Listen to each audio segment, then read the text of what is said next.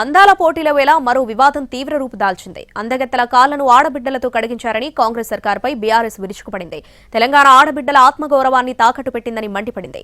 అయితే ప్రజలతో కలెక్టర్లతో కాళ్లు మొక్కించుకున్న ఘనత కేసీఆర్దే అంటూ రివర్స్ కౌంటర్ వేసింది అధికార కాంగ్రెస్. మిస్ వరల్డ్ సుందరీమణులు వరంగల్ పర్యటన సందర్భంగా రామప్ప దేవాలయాన్ని సందర్శించారు. గుడికి వెళ్లే సమయంలో కాళ్లు కడుక్కునేందుకు ఇత్తడి చెంబులో నీళ్లందించారు. అయితే ఓ సుందరీమణి కాళ్లు కడుక్కున్న తర్వాత తుడవాలంటూ టవల్ను ఎదురుగా ఉన్న మహిళలకు ఇచ్చారు. దీంతో ఆమె తప్పనిసరి పరిస్థితుల్లో కాళ్లు తుడవాల్సి వచ్చింది. ఈ ఘటన రాజకీయ రంగు పులుముకుంది. దీనిపై బీఆర్ఎస్ ఆగ్రహం వ్యక్తం చేసింది.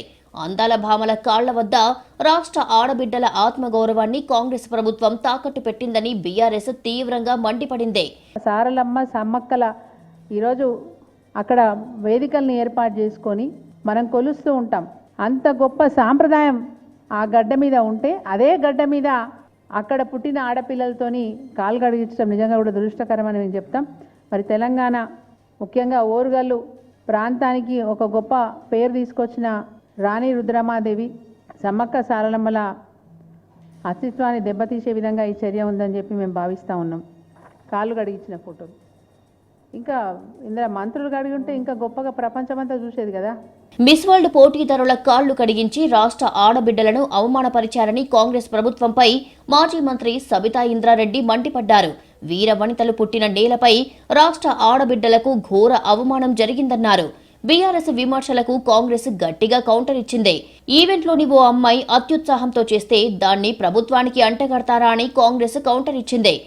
ఒక్క అమ్మాయి ఏదో ఈవెంట్ మేనేజ్మెంట్ నుంచి వచ్చిన అమ్మాయి ఆమె స్వతహాగా ఆ చెంబుతో నీళ్లు పోయడమో ఇంకోటి ఏదో చేస్తే అది ప్రభుత్వం మీద అంటగట్టడం సిగ్గనిపించట్లే మీకు?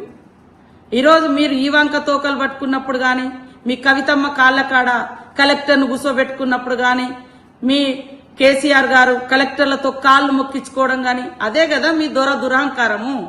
ఆ దురహంకారాలకు వ్యతిరేకంగానే మేము పోరాడినము.